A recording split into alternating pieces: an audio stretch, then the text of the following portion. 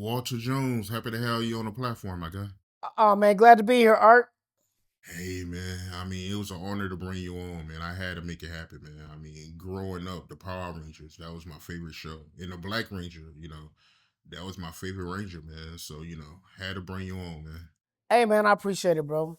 I was the first black superhero on live action TV. So it was kind of a big deal. There was like, when I was a kid and I would look at like TV shows, like I watched The Little Rascals when I was a little kid, and the only one on that TV show that looked like me was Buckwheat, and I didn't want to be him. So, it was like I'm happy to be somebody the kids could look at and be like, I like him. He's got a cool vibe. He's positive. He's got energy. I can be like him. I like that. Yeah, it's funny you say that because when I look back at it, yeah, you was the first black superhero on TV. I was the first black superhero on live action TV. Now, Robert Townsend was in a show called Mantis that came out 2 weeks before me. So he was actually the first black superhero, but I was the first black superhero on live action TV. And our show obviously is continued for 32 years and is in 40 countries. So it's kind of a big deal. Very big deal. Did you ever think that it would get that big, yo? No, man. In fact, I took the show home. We did the pilot, right? So we did the pilot. Uh, they were gonna pitch it to Fox. If Fox picked it up, we would do 40 episodes, which is exciting for any actor because usually if you book a series, you got like 12 episodes, maybe 20, but 40 is a lot. It was on every day. So I took the pilot home to Detroit. That's where I'm from the D. What up, Doe? And I showed it to my family. My family's all over there. They're all welcoming me home. I showed it to them on a Sunday, and we sat there and watched the pilot. And afterwards, they were all like, "That's all right. You stay at it. Something's gonna work out for you." They were like, I think they all hated it. They were like, "What is this? So, like, what is this? What are putties? Why are you talking? What is all that?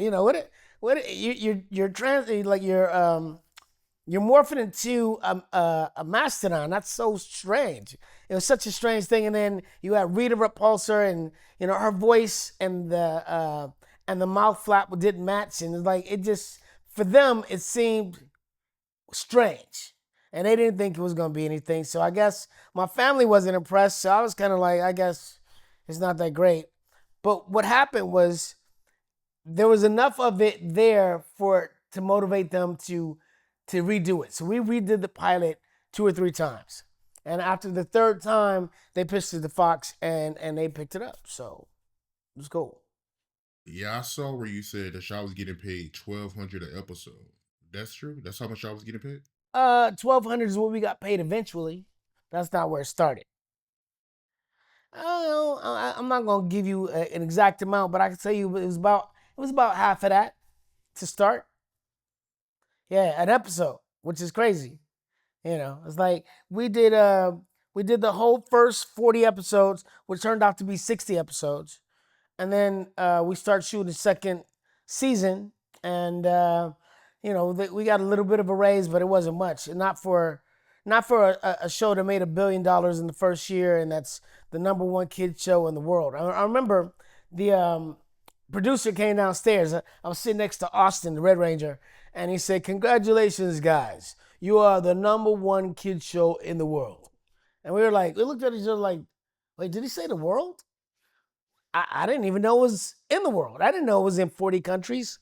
I didn't know it was all over the place, and the toys were selling out before the TV show even came on. I mean, the parents were like spending the night in front of Toys R Us to get their kids a Power Ranger. It was crazy. It was all over the news. So the show it made $1 billion the first year, and y'all was making less than 1,200 an episode. The show, yeah, the show made $1 billion the first year. We were making less than 1,200 an episode. That's insane, man. That's crazy. I'm saying, which is why I left the show, because it was like, come on, that's not right. It's like they should be paying us SAG wages, because when you join the Screen Actors Guild, then you're protected. Like you have a minimum that can be paid. So we should have been making at least the minimum of Screen Actors Guild. Honestly, we should have been making a lot more than that. But in the beginning, you can say that we were actors that nobody knew, right? So we were getting to start and in the beginning, but once the show was a hit and we did the first season, the second season it should have been at least union and on point. And then they were about to do the movies, and once the movies were gonna kick in, it was like, there's a difference between a television star and a movie star. And if you're making, I mean, what they were trying to pay us for the movie was garbage. And it wasn't just one movie, it was three movies. And they're all gonna be non-union. So it was like, nah, man, we gotta stand up for ourselves. You know? Yeah, I remember as a kid, man, I had all the action figures. I had the video game on Super Nintendo, Sega, and you telling me y'all wasn't getting anything from that at all? Nothing. Not a dime. I mean, 1% of all the merchandise to each one of us. So you got, if that would have left him with 96%, but 1% of all the original actors, all the original Power Rangers, I mean, I would be a multimillionaire. Multimillionaire, easily. I mean, like 1% of a billion is what? It's 10 million? And over 32 years, yeah, my family would definitely have generational wealth. You know what I mean? Which is what we earned, but it is what it is. They're still making toys that come out right now that'll have my face or something similar to my face based off my character. But look, I'm not. I, I try not to live being like hateful about that situation. It is what it is. It's been 32 years. I've learned to deal with what it is, and I choose to be grateful for what I do have. I mean, the fact that I am beloved by three generations of people, is amazing, and that I can be a positive role model to so many people. That I put positivity in the world and it lingers. I love that. That makes me happy. It makes me happy and proud to do that, as well as the fact that it initiated my acting career, and I've been working as an actor for 32 years. So um, that's not something everybody can say they've done. Absolutely. And if I'm not mistaken, y'all went on a strike, right? We walked off the set. So our contract was over for the first season, and they had given us a contract for three movies. So we all got a lawyer. I mean, like, if we would all gotten a lawyer together and all negotiated for a contract all together, they couldn't do the movie with none of us. They wanted us. So if we would have stuck together, then we would have been able to negotiate a decent contract. Probably would have went SAG, which is what it should have been, and maybe we got a percentage of the merchandise. I don't know, but we definitely would have been living a lot better than we were after. They continued on without us. So it is what it is. Um, I It's funny because I met, well, I know I'm friends with the actors that came and that ended up getting the parts after we walked away. And man, for them it was like, can you imagine being an actor who watched the Power Rangers and then you audition to be a Power Ranger and you find out that you are the new Power Rangers on the TV show and you're doing the movie in about a month? It's like they didn't earn that. That wasn't their movie. That was a movie we earned, that we built a following for. And they did the movie. Apparently, they were supposed to do 3 to 6 more of them, and they never did another one like that because it didn't have the same hit. They took a hit on it. They should have just made it fair for everybody. And then, who knows? The movie would have done a lot better, I'm sure. And I remember as a kid, watching that movie for the first time. And I always wondered why the original cast wasn't in the movie. Like, where did they go? Yeah. Wait, where's that? Where's Trini? Where's what was his name? Jason. Yeah. But I mean, after I left the show, I went on to have another show on Nickelodeon called Space Cases, and that was a lot of fun. That was cool, and they paid me well, which is good. I mean, what I was making on that show is what I should have been making on Power Rangers easily. So and If I had done that, I would have been doing just fine. I'd have been quite happy. But you is right though. I mean, that is only right. I mean, you and the other cast, y'all did build the show, the momentum, and Yeah, it's only right to put y'all in the movie. yeah. So I mean, yeah, that is crazy how they got a whole brand new cast and throw them in a movie like that.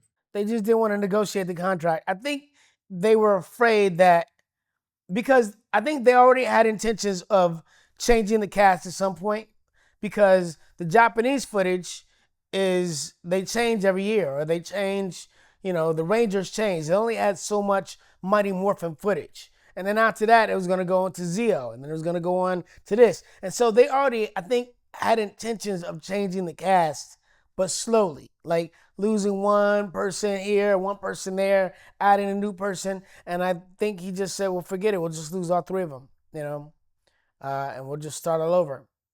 But it took a hit.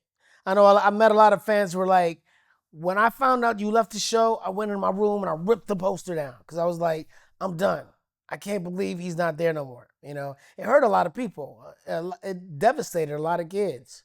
But you know, Absolutely. And if I'm not mistaken, y'all went on a strike, right? we walked off the set. So our contract was over for the first season, and they had given us a contract for 3 movies. So we all got a lawyer. I mean, like if we would all gotten a lawyer together and all negotiated for a contract all together, they couldn't do the movie with none of us. They wanted us. So if we would have stuck together, then we would have been able to negotiate a decent contract. Probably would have went SAG, which is what it should have been, and maybe we got a percentage of the merchandise. I don't know, but we definitely would have been living a lot better than we were after. They continued on without us. So it is what it is. Um, I it's funny because I met well I know I'm friends with the actors that came and that ended up getting the parts after we walked away. And man, for them it was like, can you imagine being an actor who watched the Power Rangers and then you audition to be a Power Ranger and you find out that you are the new Power Rangers on the TV show and you're doing the movie in about a month. It's like they didn't earn that. That wasn't their movie. That was a movie we earned that we built a following for. And they did the movie. Apparently, they were supposed to do 3 to 6 more of them, and they never did another one like that because it didn't have the same hit. They took a hit on it. They should have just made it fair for everybody. And then, who knows? The movie would have done a lot better, I'm sure. And I remember as a kid, watching that movie for the first time, and I always wondered why the original cast wasn't in the movie. Like, where did they go? Yeah. Wait, where's that? Where's Trini? Where's what was his name? Jason. Yeah. But I mean, after I left the show, I went on to have another show on Nickelodeon called Space Cases. And that was a lot of fun. That was cool. And they paid me well, which is good. I mean, what I was making on that show is what I should have been making on Power Rangers easily. So and if I had done that, I would have been doing just fine. I'd have been quite happy. They just didn't want to negotiate the contract. I think they were afraid that because I think they already had intentions of changing the cast at some point because the Japanese footage is they change every year or they change, the Rangers change. They only had so much Mighty Morphin footage. And then after that, it was going to go on to Zeo, and then it was going to go on to this. And so they already, I think, had intentions of changing the cast, but slowly, like losing one person here, one person there, adding a new person. And I think he just said, well, forget it. We'll just lose all three of them, and we'll just start all over. But it took a hit. I know I met a lot of fans who were like, when I found out you left the show, I went in my room and I ripped the poster down because I was like, I'm done. I can't believe he's not there no more. It hurt a lot of people. It devastated a lot of kids. But you know, Who was all the members that left the show? Who left was the Red Ranger, the Yellow Ranger, and myself. So it was Austin St. John, Twee Trang, and myself. Who stayed was the Blue Ranger, the Pink Ranger, and the Green Ranger. So that was Jason David Frank, Amy Jo Johnson, and David Yost. And they had their reasons for staying. You know, I mean, like it, it's not everybody that's brave enough to rock the boat. You know, like we're winning. We're on this amazing show. We're about to do a movie. It's an opportunity of a lifetime, but we're being screwed, and we've been getting screwed. So, do you continue to get screwed and not rock the boat, or do you stand up for yourself against the bully that's like going, "Hey, well, you know, we can fire you." I'm like, well, man, we got to stand up. At some point, you got to stand up. So that's what we did. You know. And you was telling me before the interview that you just now seen the movie for the first time. Yeah, yeah. I watched it probably a year ago for the first time because I didn't care to see it. I was like, that was supposed to be my movie, you know? And so I didn't really, and I was busy working at the time, so I didn't care to go check it out or, you know, I didn't, it didn't matter to me at that point. But I saw it and it was entertaining. It was cool. It would have been better with us, you know. it would have been better with a little hip hop keto in there, you know, a little Zach flavor. I mean, because my character was like very different from all the rest of the characters. You know, I was like charismatic. I mean, everybody was charismatic, but I was charismatic in a different way. I implemented hip hop keto into my dance style. It wasn't all that, but it was like, you know, it was I had a different vibe, different energy, and I was representative of a whole lot of black and brown people, including white people. So I represented everybody, but it was a face that everybody could look at and go, "That's my guy." You know, I'm like him. I want to be like him. I was the first. Yeah, And when they made that deal for the three movies, right? Y'all had no idea they did that without y'all knowing, right? yeah, yeah. It was. That's what the movie was gonna be for. It was like the contract wasn't just for one movie. That was the catalyst to it all. It was like, oh, really? So you're gonna give us this the contract. We're supposed to just take whatever you give us and not have an agent or a lawyer negotiate it for us. And I can tell you that the first movie was under $20,000.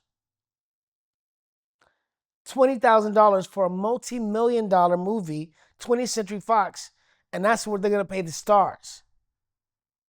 It was unheard of. It was like no. And then there was attached to it two other movies with a small upgrade of what the pay was, you know, within a $20,000 range. There's nothing. So they're gonna make another another billions of dollars off the movies, and we were still gonna be broke. Like couldn't afford a place in LA, couldn't buy a nice car, couldn't, you know, I mean, barely getting by. It sucks. It sucks. So Yeah, they was clearly taking advantage of y'all because y'all was young. well, we weren't. I was 26 at the time. Yeah, I mean, we were playing kids, but we were all adults. But we were, you know, we were new in the industry until we weren't. After I did 85 episodes. So after the first 20, 30 episodes of it being a hit show, I was no longer new.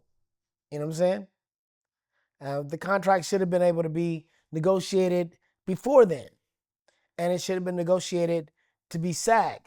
But And we even had cast and crew coming up to us and going, "Hey guys, you know, hey, they're really screwing you guys, man. You guys should go SAG. You should make the show SAG, and that way it'd be fair, and that way it'd be. I mean, like the casting because the crew was even non-union, so everybody felt the same way. Everybody was like, "We're on this hit show. This guy's making $1 billion. He made $1 billion the first season. Billion. That's a whole lot of millions. You know what I'm saying? Like that's a whole lot of millions, bro. So it would not have hurt him to lose 6 million out of his 993 million to make the rest of us happy, his stars. You know what I mean? Agreed. Or if you look at from a business perspective, then they say shrewd, but I would say greed. It wouldn't take that much. I mean, it doesn't show any compassion. It doesn't show any compassion for the people that are helping you build your brand. You know what I'm saying? And I think from his perspective, he'll say, I built the brand. You know, it was I did everything. I brought this here. I sold the toys. I did that, and I gave you an opportunity. I mean, this I think his perspective was I gave you an opportunity to be famous. You'll be famous, but you won't be rich. But that's what is that? Not if you want to continue to have the magic that was there. You know, like we had a great chemistry. We had something that hadn't been seen before. So I don't know. It is what it is, bro. In the world that we live in now, and the temperament that we have, where people are greedy, it's all about me. I want everything. I think that's what it was about, you know. But some people will look at somebody like that and go, "Oh, well, that was shrewd. That was you know." But I would say, yeah, I would say greedy. For you personally, when did you first see the red flags that something wasn't right? Oh, that red flag came immediately as we signed the first contract. We knew it was a bad contract. I mean, and they told us then, listen, you can take this to your manager. Like after 2 weeks of auditioning, you know, they finally go, all right, you guys are the ones. You are cast. You guys are gonna be, the Power Rangers. And actually, it wasn't even called Mighty Morphin Power Rangers in the beginning. It was called Phantoms. Eventually, they changed the name, and it became Mighty Morphin Power Rangers. Apparently, I heard the story recently. Um, they had heard the name Teenage Mutant Ninja Turtles, so he knew he wanted the name to be na na na na na na na na na, something like that. So they came up with Mighty Morphin Power Rangers, right? So when we first got the contract, they said show it to your agent or your lawyer, but the first person that comes back and wants to negotiate or change anything will fire you or hire somebody new. Now, at that point, I'm a brand new actor. I've only done extra work here and there. I've done theater. I haven't been on TV. I'm not a TV actor. So, you know what? I'll take this opportunity to do this. Maybe if it becomes something, the next contract, the next season, it'll be better for us. So, you take that first loss. You're like, all right, just to get the opportunity to work as an actor, to get the opportunity to have to learn about being behind the camera, the whole thing. I mean, we knew immediately there was a bad contract. It was obvious. However, taking that opportunity, like taking a shot, like you had to take the shot for the first one, but after the second season, it was like it didn't get much better, and it was like, oh come on, man, it's not right. So we knew from the very beginning. When you look back at hindsight, do you regret leaving the show so early? Okay, so I wish I'd done the movie. That movie was my movie. It would have been the biggest budget movie I've ever done, right? I would have gone to Australia, I would have shot this movie that I earned. It would have been, and I believe that the movie would have done well. It would have done better, and I probably would have done 3 or 4 more other movies. Now, I wish I'd done that. I wish that had happened, but I don't wish that I would have done it for the negotiated price that we were doing it for. I mean, I had to stand up, you know. I missed that I didn't do that movie, but if I had to do it all again, I would do it again. I would do it again. I would just hope that everybody's still with me, because that would have made a difference. So some of the cast they changed their mind about going on strike. Well, we all had a conversation about it, and it was like, well, I think sometimes people say things half-heartedly. You know, a lot everybody was excited about the movie. We talked about, it wasn't fair. We should negotiate it. We should get a lawyer. But it's easy for somebody to go, yeah, if you get a lawyer, I'm down. But once you got a lawyer, now they got to make a decision. And, I guess, they had their reasons of saying, no, I don't want to talk to a lawyer. I don't want to do it. Maybe they're afraid. They're afraid that they were going to lose the job. Maybe they're afraid that they wouldn't, the Green Ranger, and just become the White Ranger, and he's doing well, and like he's coming up, he's growing in views, so maybe he's afraid to lose that, and everybody's got different reasons, but um, originally we were supposed to do it together, and at the end, it was only the three of us that were willing to stand up. And actually, what happened is when in us standing up, it made it better for them because then they offered them more money to stay, right? And then we went back to them going, "Hey, look, we're doing these car shows, and we're making more in a weekend than we make an entire season. This is what our worth is." And then they went and they complained, and hey, so we heard about these appearances, so they paid them more money to stay even more. So we made it better for them, and they stayed, and we had to move on. Did they personally tell you that they was backing up? No, we were negotiating for the contract, and then we saw that they were having auditions, and I was like, wait, I thought we were negotiating to come back to to finish it. And so yeah, it was unfortunate. Um, I think I was in Hawaii on a vacation with some fellas when I found out that it was no longer going forward. That they had hired three new Rangers and they were gonna do the film, and we weren't coming back to the show, and it was done. And I was like, man, wow, that's crazy. I'm like, I just had to figure out, well, I just got to move forward. Just got to keep going. I mean, and then the good thing for me was because the show was a hit, and I was coming away from it. I had name value because I was on a hit show. So now in my audition process, because I'm a real actor. I'm like I've been acting.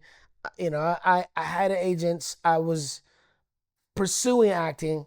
I didn't just like walk into it like, oh, the Red Ranger went to the audition for a bet. He never really wanted to be an actor. He just kind of happened to be the right guy for the part, and it worked out. But I had always dreamt of pursuing an acting career. So now when my agent, I was hotter. I was hotter in the industry. The guy that's coming from the Power Rangers, he's got get me I got a good agent. I got opportunities to audition, so I booked the show on Nickelodeon, and then I was booking Disney stuff, and they were making me offers, and it was like I had a better name in the industry than I would have if I didn't have the Power Rangers behind me. However, if I worked on the show for six years, let's say, like Jason Frank, he worked on the show for 6 years. So now he's kind of typecast as this Ranger. So it's hard for anybody to see him as anything else but that. So it was fortunate to me that I had done it, but I wasn't so ingrained in it that I couldn't do anything else. And so that's why I was able to have a prosperous career. I mean, I had the talent, I had the name, it worked out, but not everybody else was able to build a career after Rangers because some people got typecast. The original Yellow Ranger. Is it true that she was Latino? Yeah, her name was her name was Audrey Dubois. Audrey Dubois, and she was really good. She was kind of a tomboy, um, a badass martial artist, uh, and so the energy in our cast was a little different because she was not one to back down. She was like all hands on deck, let's go, ready to fight, right? So that gave us a certain energy. And when they let her go because she asked for more money, uh, they hired Twee Trang. And that's when, I was the Black Ranger and she was the Yellow Ranger and she was an Asian girl. And that's when it got a little odd. It was like, oh, that's weird. But it was coincidental. But Twee gave our cast this flavor of Zen that we didn't have. Actually, I think I think the show did as well as it did because she added a thing that we didn't have. Like she added the zen, the calm, to it. It's like so we weren't bullies. We weren't going around just beating up putties and just like it wasn't like we loved the fight. It's like we didn't want to fight, But if we had to handle our business, we did. You know what I'm saying? And even with the bullies on the show, Bulk and Skull, sometimes they would go at the girls, you know, trying to like be bullies towards them. And my character would always step up like, oh, you ain't mess with the girls. But the girls would be like, don't worry, we got this. You know, with a smile on their face. Like, we got this, we can handle it. Which is inspiring to young girls like, oh, I can handle myself too. I don't need somebody else. Well, if I know martial arts, I am self-aware and I am self-protected, which is a beautiful thing. How do you pronounce the name of the Yellow Ranger that replaced her? Twee Trang. She passed away, right? She was in a car accident.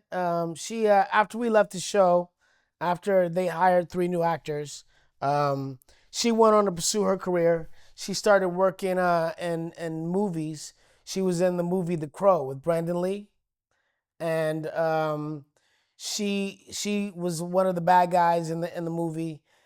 Did a great job. Her career was starting to blossom, and then she was in a car accident with two friends, and she died. And one of her friends that was in the car actually went through the windshield and is paralyzed from the waist down. And the driver, he had his only one who had his seatbelt on. He survived. He's came out unscathed pretty much. Yeah, yeah. We finally paid tribute to her death in sorry, excuse me, in the movie we just did on Netflix called Power Rangers Once and Always. And so the idea of the script is that she passes away and she's killed by one of the by Rita Repulsa, Robo Rita. And so we are avenging her death. But it's the first time that we've made mention that she had passed away or that we paid tribute to her in over, I don't know, it's like over 15 years or more. But I think because you guys were kids then, and to talk about her passing might have been a lot, for you guys. Because here we are, superheroes. She passed away, and although she wasn't on the show anymore, she was beloved. So maybe that's why it took so long to pay a tribute to her. But I'm happy that we finally did. She was cool people. Mm, the coolest. She was real cool. She was like a really sweet girl, funny, talented, sweet, kind. Like she's the kind of girl that if a kid came around, the kid instantly loved her. So, and like she had that energy, bro. She was super sweet and a very loving person. When was the last time you spoke to her? Uh, wow. She had a party after the Crow, and I gone to the after party, but one night after that, I think I was hanging out in Hollywood. She was living down off of Laurel Canyon at the bottom, and I called her up. I was like, "Yo, what are you doing?" I just went by and hung out with her. We were in the kitchen talking, and just was congratulating her on all her success. And we were talking about what it was like to get through what we gone through, because nobody knows what it was like to leave that show, the heartbreak of that, and to wonder about what the rest of our career is going to be like, because were we one hit wonders? Was that what it was going to be, or were we going to be able to aspire and go on and do more things? And I was working. I had a show on Nickelodeon. I went on to do a number of other guest stars on a bunch of different shows: Family Matters, Sabrina Teenage Witch, CSI, The Shield, all kinds of stuff. But she had broke into major movies, so I was really proud of her. I was really proud that she had made that mark and that she was winning with that. I think her career would have blossomed more after that because there was nobody like her. Yeah, I know that had to be depressing and not knowing what to do next after the show. Yeah, it was definitely depressing, but we had the wherewithal to keep going. Just push forward. I for one was okay. I mean, I was upset, but my thinking was, well, look, I'm on the number one kid show. I'm on the number one hit kid show in the world. I've already done that. So now what am I gonna do? What comes next? Now I want to be on a primetime series hit show. I can go from this and move on to the next thing. So I ended up having another hit show on Nickelodeon with my show Space Cases. It was the number two show on Nickelodeon behind Keenan and Kel, and that was cool. But I wanted that primetime series, and so I got the opportunity to do that with a show called Malibu Shores with Aaron Spelling, and unfortunately, we had a bad time slot, so the show only ran for one season, but it had a bunch of stars in it, like Felicity. Sorry, not Felicity. It had Kerry Russell, Tony Luca, Essence Atkins, Charisma Carpenter, myself, Jacob Vargas, a bunch of actors that went on to do great things. And, it was with Randy Spelling and a bunch of other people. So I, I, I did get my series. Unfortunately, it didn't hit. It didn't stay. Yeah, you had a solid career after that. But I do want to ask you because I remember when they came out, man, everybody was going crazy about them. What's the backstory behind the White and the Green Ranger? Oh yeah. Yeah. Well, um, the Green Ranger. So the show came from the Sentai series. So in Japan, the show ran for 20 years. It wasn't called Mighty Morphin Power Rangers. It was called.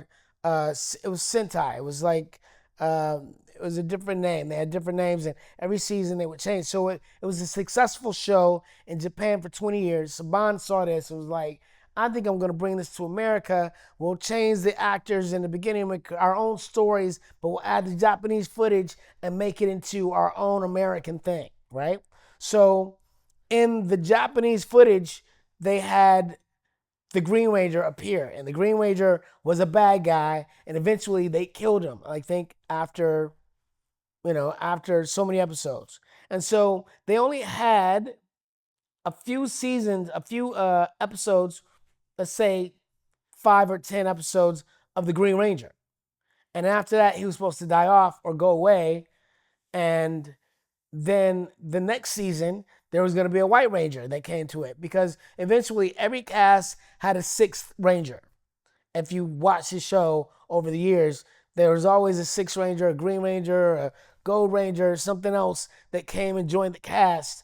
Um, so, but everybody was so impressed with the writing of that story, his story, the Green Ranger. He was such a badass when he came on, and then he was like a bad guy and he was a good guy. And then, he was part of the team, in his own Dragon Zord, the whole thing. He made us stronger. And then when it came time to die, for him to die, so many people had enjoyed Jason David Frank as the actor that played the Green Ranger that they had to figure out who's going to be the White Ranger, and they thought, why don't we just bring him back as the White Ranger? So they done that. They brought him back as the White Ranger, um, and then unfortunately after that we were trying to negotiate for a better contract. We walked away, so then it left him to be the alpha. He was like the alpha mega. He was like the new guys couldn't touch him. He was the new guy. He was the guy that was there. It was like the big wig now. Like Billy wasn't as strong as the Green Ranger or the White Ranger. He wasn't skillful in that way. He was a smart guy. So the new guys were kind of like the underlings after that, and he went on to do 6 more seasons in that role. Why did the Green Ranger shield look higher quality in the Japanese footage compared to the American footage? Because I mean, in the American footage, man, it looked terrible, yo. It looked real cheap.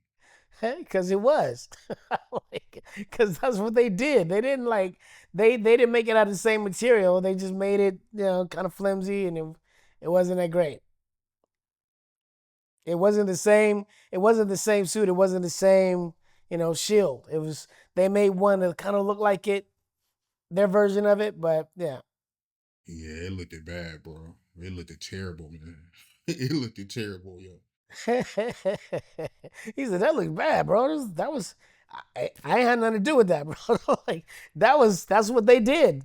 Apparently, if they didn't want to pay their actors well, they didn't want to pay for much costumes. They were keeping the cost down, which is weird to me, but they were keeping the cost down.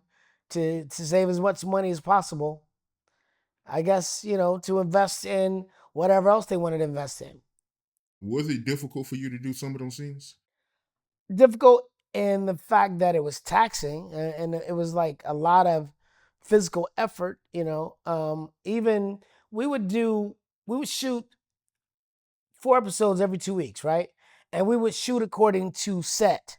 So almost in every episode, we go to the command center and we talk to Zordon. Now, Zordon is not there. Zordon's a piece of tape on the wall that we're looking at and talking to, and there's a script reader reading his lines. It's not even the voice of Zordon. It's a woman. He's going, Rangers, there's a problem in Angel Grove. We need you to go down there. Like, she's just reading it. And we're like acting to that. And we're looking at the thing. Now, that I would say was relatively a boring day because we're not doing anything. We're acting like we're upset and we're looking at the globe, we're looking at the wall, we're like, and that was a full day of command center, changing clothes, going back, remembering who we're fighting in this script, and what just happened, where are we now, and like what lines are we doing now, and like who are we fighting? Tickle Sneezer? Is it Godard? Like who's the bad guy? It's like it was kind of a boring day. It was a dull day because we're indoors.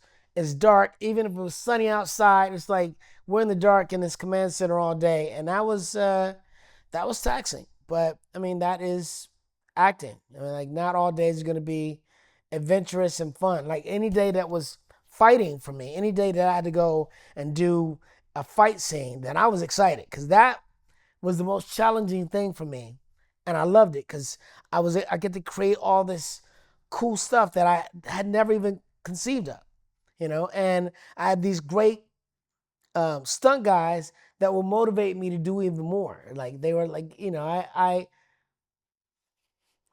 I got to be creative and I got to do things that I never thought I would do, which was awesome. Like I did this one episode where I'm being chased by the putty and I jump up and I see a tree limb and I'm like, oh man, if I could swing over that tree limb and come back down, he's chasing me. I can swing over the tree limb and come down and kick you in the back. That would be dope. That would be so fat if I could do that. So he's running, we're chasing me, and I jump up and I grab the branch and I try to pull myself over, but it's too slow. I can do it physically, I can do it, but it's just too slow.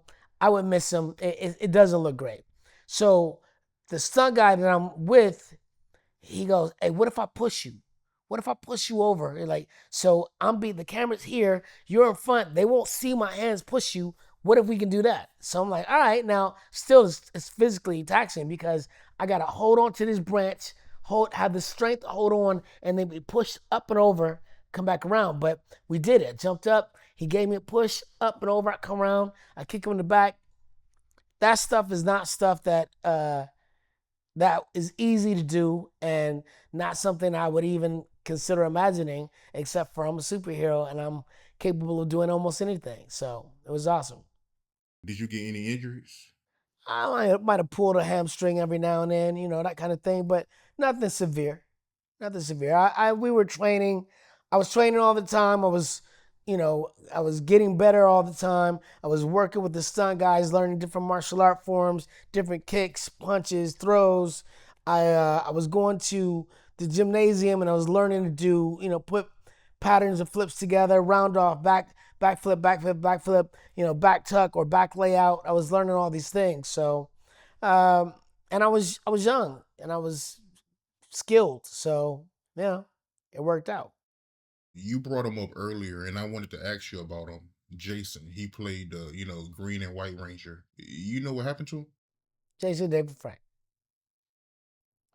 Yeah, he had a bout with mental health and he passed away a couple of years ago from suicide. Yeah. It's really unfortunate. Yeah. But he there was a lot that went into it. He was mental health is real and people can go through depression. We had gone through COVID. He was dealing with a lot of things. So, um, personal life stuff. You know, it's unfortunate, but it's really sad. Terrible, man. And I used to always come across him on social media, and he always came across like he was in good spirits. So yeah, it's crazy, man. You never know Yeah, what people really going through. You know, you see them on social media and they look happy, and of course. Of course. I mean, I think people go on social media and they put out the best image of themselves that they want people to see, but that doesn't let you in on anything else that's going on in their life. You know, I'm I'm not gonna just necessarily involve you in all the garbage that might be in my life or my depression or anything or like my hardships. That's not it's not uh generally people are private about that kind of thing. So that's what it is. I mean, I I think social media is constructed that way. Most people are pretending to be something that they're not, and that might be happy. but I'm sure you used to see the same thing, right? Him being on social media, IG, and he looked like he was in good spirits, and he looked happy. Yeah, yeah, yeah, yeah. I mean, he was a very positive person.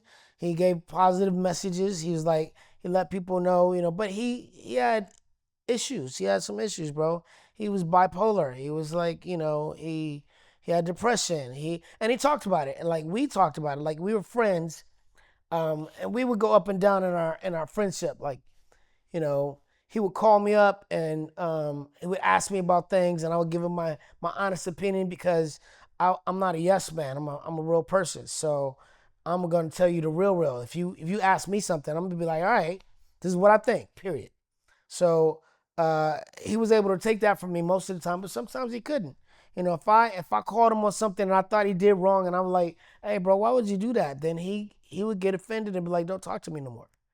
And I'm like, "Bro, I've known you for 30 years. So I'm not gonna not talk to you. Shut up. We're men. We're talk. We'll have a conversation. You know what I'm saying?" Um, but we had our ups and downs. We had our ups and downs. But our ups were better than our downs, obviously. But I was able to work with him and his daughter and do stuff like Dial Talk, and he was doing poetry to talk about some of his mental health issues, and I inspired him to do that. He would talk to me, and I was like, "Yeah, I think you should share that with your fans because there's a lot of our fans that have some issues, that are um, on the spectrum or whatever that deal with depression, that deal with a number of things." And so I figured, if you tell them that you have some of these same issues, that's empowering, and like you show them what you can do, and then that'll empower them to be even stronger and better. So I love that he did that. Like he did poetry. In fact, if you look on YouTube, he did this one piece. I can't remember the name of it, but it's a piece where he is in a room with like 8 other versions of himself, and it's like an AA meeting. And in the poetry, in the poem, he's talking about thanks, guys for being here. Na na na. I've been dealing with this. I'm going with that. But he's calling out each one of them, and each one of them is a different personality, and each one of them is him. He's like, Mr. Depression. I deal with you like this, and na na na na na na. And I'm grateful that I got past this. Bipolar. I've dealt with this, and na na na na na, and so forth and so on. And at one point, there's an empty seat, and the seat is suicide. And he's like, "I'm glad you're not here today." So it wasn't unheard of that he had thoughts about it, and he shared it with the fans. It's on YouTube. You can go look at it. It's just nobody expected it to ever really happen. You know. Terrible, man. R.I.P. to him, man. R.I.P. The Gold Ranger. Why nobody never talk about him? I don't know who the Gold Ranger is. Oh, you talk about Jason Austin St. John when he came back for Turbo. Okay, so this is the thing. Austin and I used to be roommates. After I left the show, I went on to work, Nickelodeon, Disney, like different shows. Um, Austin went back to Power Rangers, and I didn't even know. So I guess when he went back as the Gold Ranger. He was like the sixth Ranger. He went back as the Gold Ranger, and I guess he did a film, and he also did a series. But I can't tell you anything about it because I didn't watch it. I just know what I've heard from him. But apparently he was a cool character. He had all these powers. He and Tommy butted heads, but eventually they were working together. He got to come in as a bad guy at that point, which is always fun. I mean, when you get to be a bad guy, like the bad guys are fun roles to play. See, but he didn't care about the show not being union at that point because he wasn't really pursuing an acting career. I joined the union immediately after I left the show. So I became Screen Actors Guild.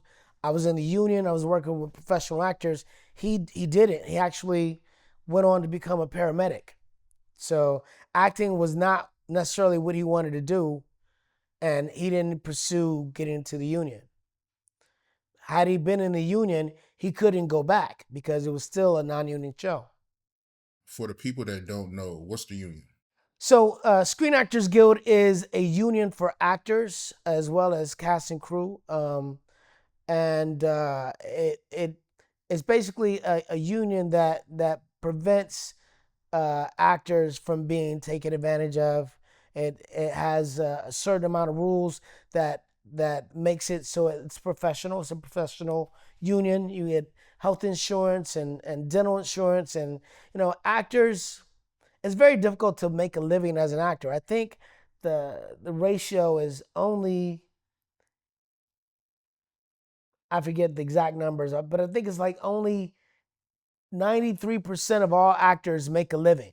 Or it might be 75% of all actors make a living.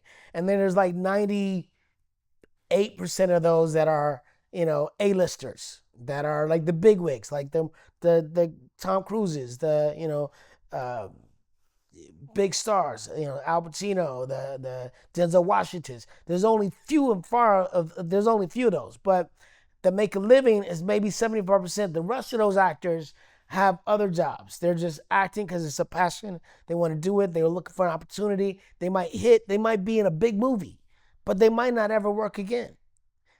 How many actors have you seen on TV shows? Let's say, let's say, uh,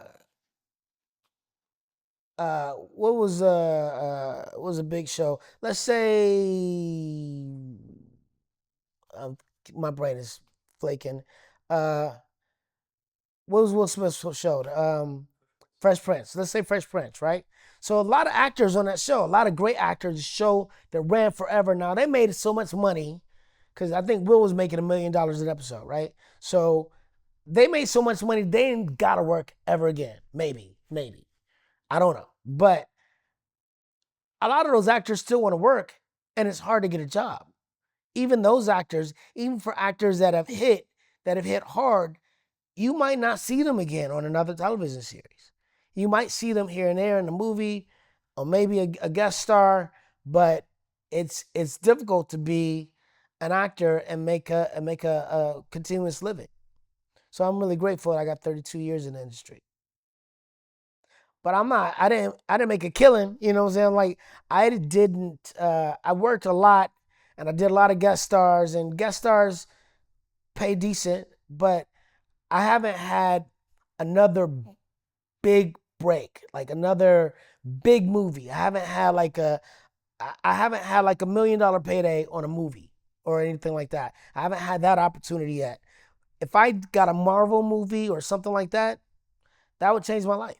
That would be the only thing I think that could compare to Power Rangers as far as level. I mean, because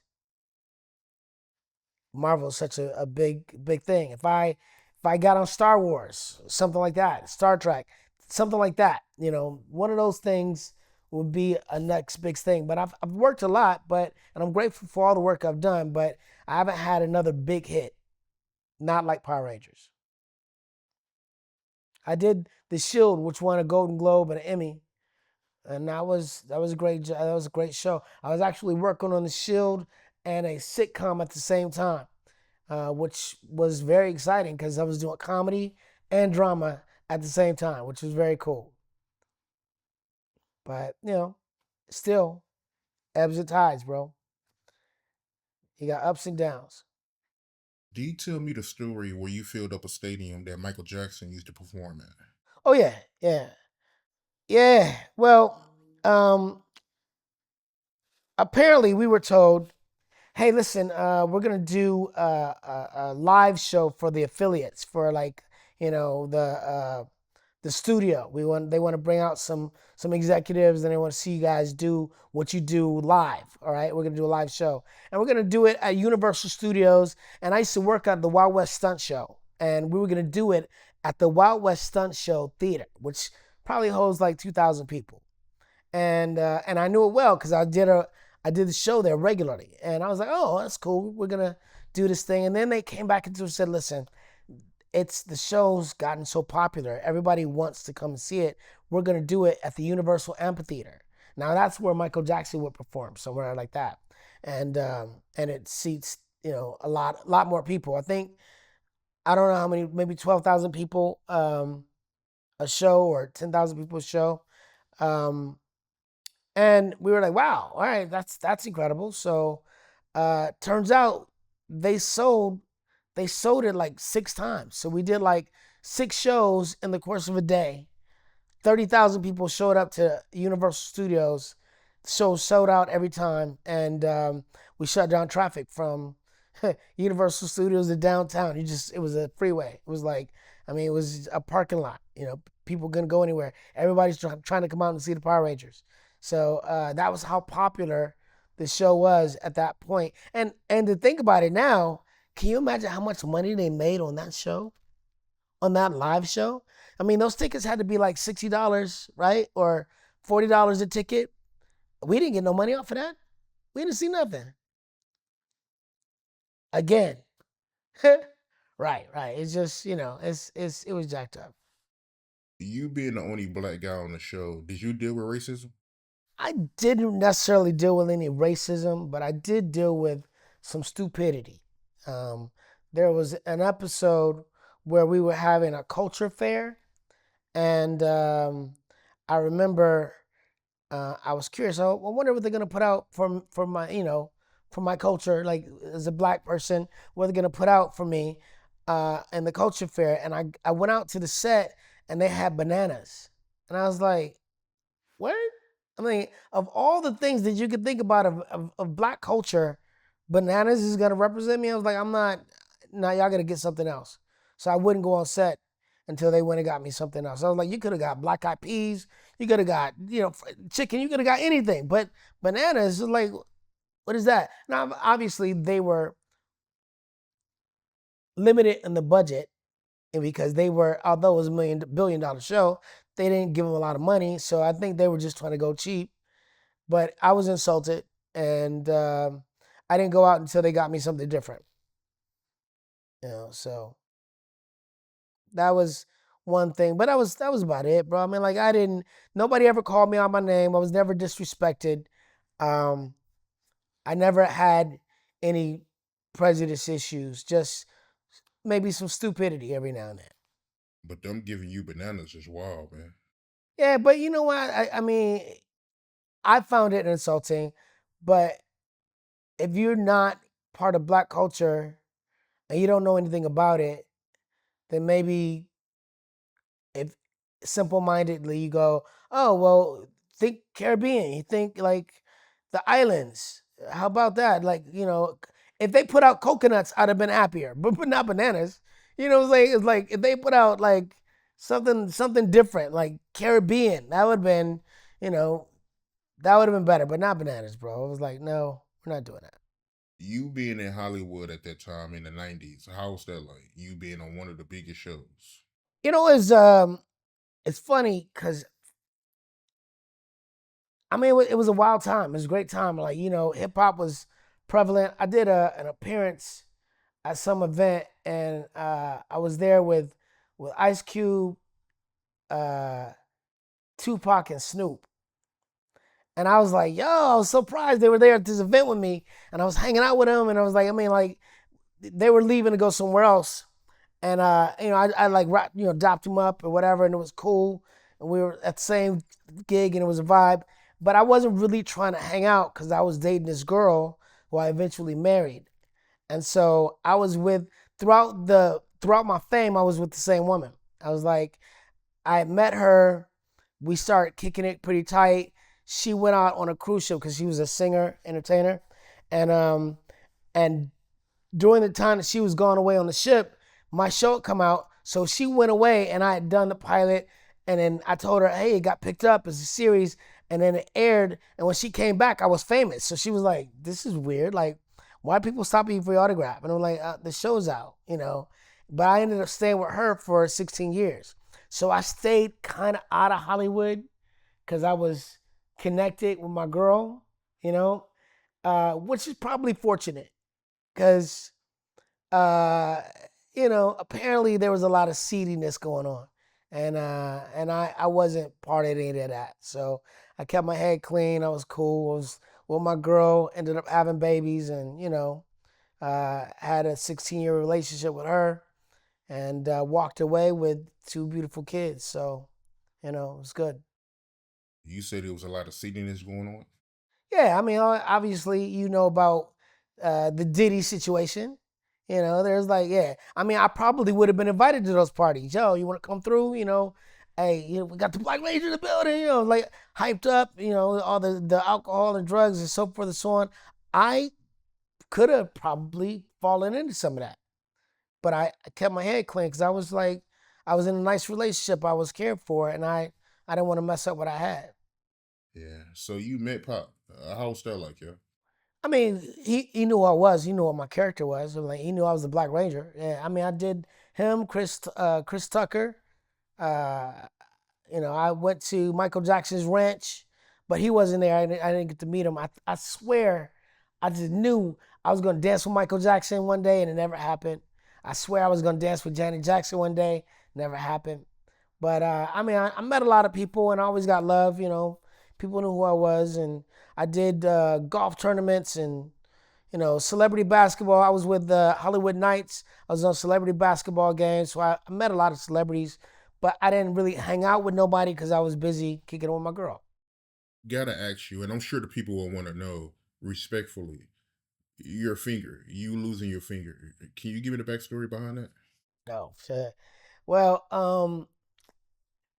when I was a kid, um, my mom and dad were they had a tumultuous relationship. My dad uh, was abusive to my mom, and uh, so there was a gun in my household. Detroit is Detroit, and so guns are readily available. There was a gun in the household. I found the gun. Actually, my little sister found the gun. We thought it was a toy. It was a Derringer. So it was a little small gun with a pearly white handle.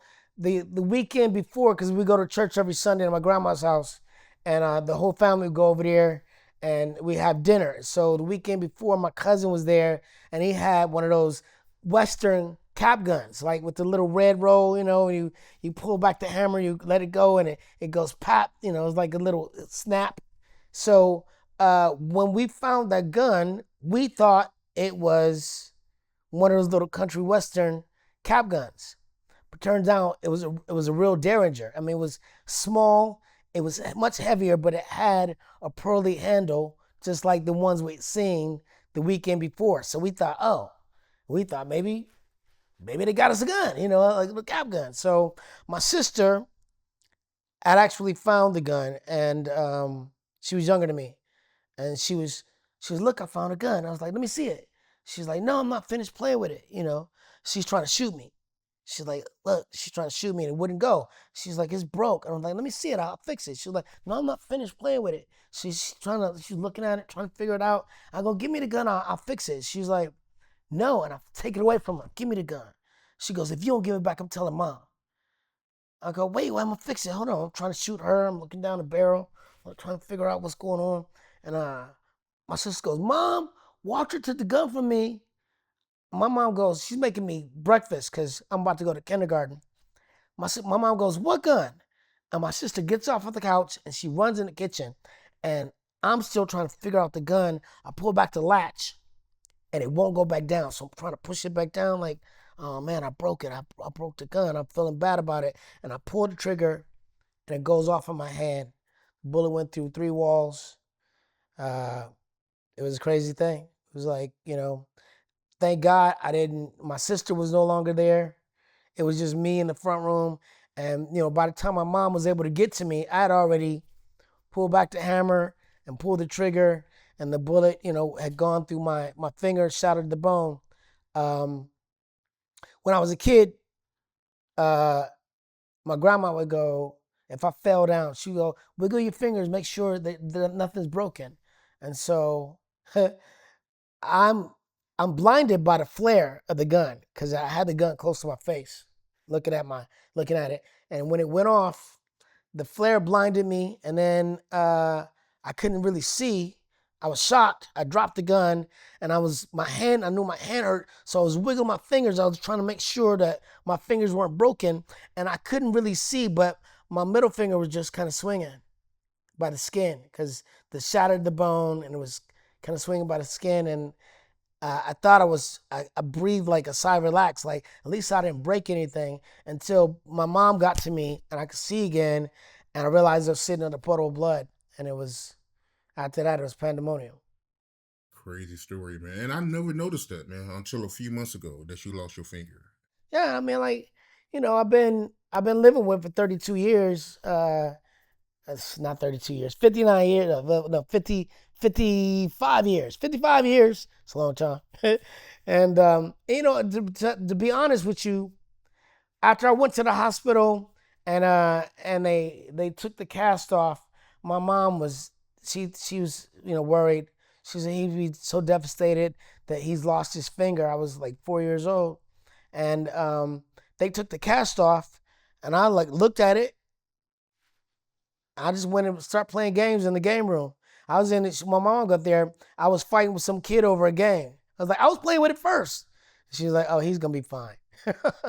She was like, he ain't even bugging. I didn't really bug about it until I turned like 11 or 12. I think I saw a picture and I had all my fingers, and I was like, that was my finger. I used to have a finger. It was like, but it never really bothered me. It didn't stop me from doing anything. I know that had to be painful, man. Oh hell yeah, it was painful. I just remember thinking when we got in the car to go to the hospital, I'm never gonna forget this day. I was laying on my mom's lap with a towel around my hand. I was just thinking, I'm never gonna forget this day. You know, and I definitely didn't. How you feel about the people online that be cracking jokes about your hairline back in the 90s? Yeah, no, I did this show called Break, which is a Disney show, one of Disney's most popular movies, and it was about inline skating. And unfortunately, in the '90s, hair and makeup sucked for Black people because they were used to working with white people. And and if you are a hairdresser and you have this job on this TV show, and they ask you, "Can you do black hair?" You're probably gonna say yes and fake it till you make it. So I had to deal with a lot of people faking it till they make it. And in that show, unfortunately, I had a hairdresser who said they knew how to do hair, and they messed up my hairline horribly, horribly. And yeah, I mean it's common knowledge. That happened over 32 years ago. I mean everybody's heard the story, but the memes make it seem like it just happened yesterday, right? You put a meme out, me looking at, and the other thing is the fact that I've kind of looked the same for a long time. I got this young look. People say I'm a vampire, although I'm not. But uh, yeah, when I had short hair on this show, they messed up my hairline, and right at this point, I got a lot of hair on my head. My hairline is better than a lot of my fans. So it's definitely something that happened a long time ago. But when you see it in the meme, it makes it look like it just happened last week. That's what it is. I mean, look, at the end of the day, if people are not talking about you, they ain't talking about you at all. So I'm grateful to still be, in the mix, you know, 32 years, is it 32 years later after I started my career, still working, still, meeting the fans and putting smiles on people's faces. And like one of my favorite things to do is the Comic Cons. I go out to Comic Cons and what's amazing about it is I meet people from all walks of life. You know, I meet other actors that are in my peer group that, and then some of them watch the Power Rangers. I meet, people that are deaf and mute, or people on the spectrum, or people that are airline pilots, or people that are like, and just all walks of life, and everybody that I meet, I try to give them the gift of happy energy, and that makes me happy. I love it. What I'll say is this though. I mean, y'all doing that show, y'all will always get work. People will always invite y'all to events and pay y'all. So, Well, we got fans in 40 countries, so I mean, like, there's and three generations of fans. So I just did a Comic Con recently where I met the father. He come and got an autograph from me, and I'm bringing my son tomorrow, and so he came with his son, and he told his son, "You're gonna meet Zach tomorrow." So his boy watches the Power Rangers, and when he saw me, he lit up. He's like, "Zach!" He just yelled my name, "Zach!" And he ran over. He jumped in my arms, and I picked him up, and you could just see his face. He was so elated. He was just like so excited, like, I can't believe this is happening. I'm talking to Zach. He's holding me right now. And it's like uh, the excitement he felt made me excited. And looking at his father was like, man, I wish when I was his age, I had that same opportunity to run and jump in your arms. Like, I loved you so much that that's what I wanted to do. But now seeing my son do it, I'm living through him, you know? So, uh, a lot of people have been motivated to do positive things because Power Rangers has always been a positive thing. It's like we taught kids to try to be your best self and to live in the world, trying to create peace. So, uh, I'm proud of that. you being in Hollywood so long, have you ever been offered a role that you was uncomfortable with? Not really. I've never, I can't think of any. I mean, okay, no, let me go back. I have turned down plenty of roles because it wasn't good enough for what I wanted to show. It wasn't going to highlight me. I was, like, it wasn't a character I thought would develop my career. I've done that. Or maybe it didn't have a budget that could work with me, or maybe, it maybe there was something about the character that I didn't like. I didn't think I could really dig into. I mean, so that's happened, but there's been never been a part that I turned down that I wish I would have got. To go back to you being on Family Matters, did you know Michelle Thomas? Yeah, yeah. She was sweet. She was a really nice person. I remember working on the set with her. She was like one of the nicest girls and super sweet. And obviously, I'm working on Family Matters. I was older than most of those actors, so some of them were fans of Power Rangers. They had watched the show because they were younger. Like, and but Michelle was really nice. I was so sad when I found out she passed. Yeah, unfortunate, man. Yeah, yeah. Incredible, incredible story, man. This is a insightful interview, man. I learned a lot of stuff I didn't know, man. Yeah, well, I think we covered a lot. We talked about some things that I haven't really talked about with other people, and that's what I find interesting about doing podcasts is really different people bring different things out of me, like different energies. So, it's cool. Before we head out, man, let the people know what you got going on. You making music right now, right? Yeah, yeah. I got a music project. I got a 6-song EP. So far, I've released 2 songs. I got 4 more songs to release. I'm hoping to release another song, another rap song soon. Within the next month and a half or so. Um, I hooked up with a homeboy, ATO Worldwide.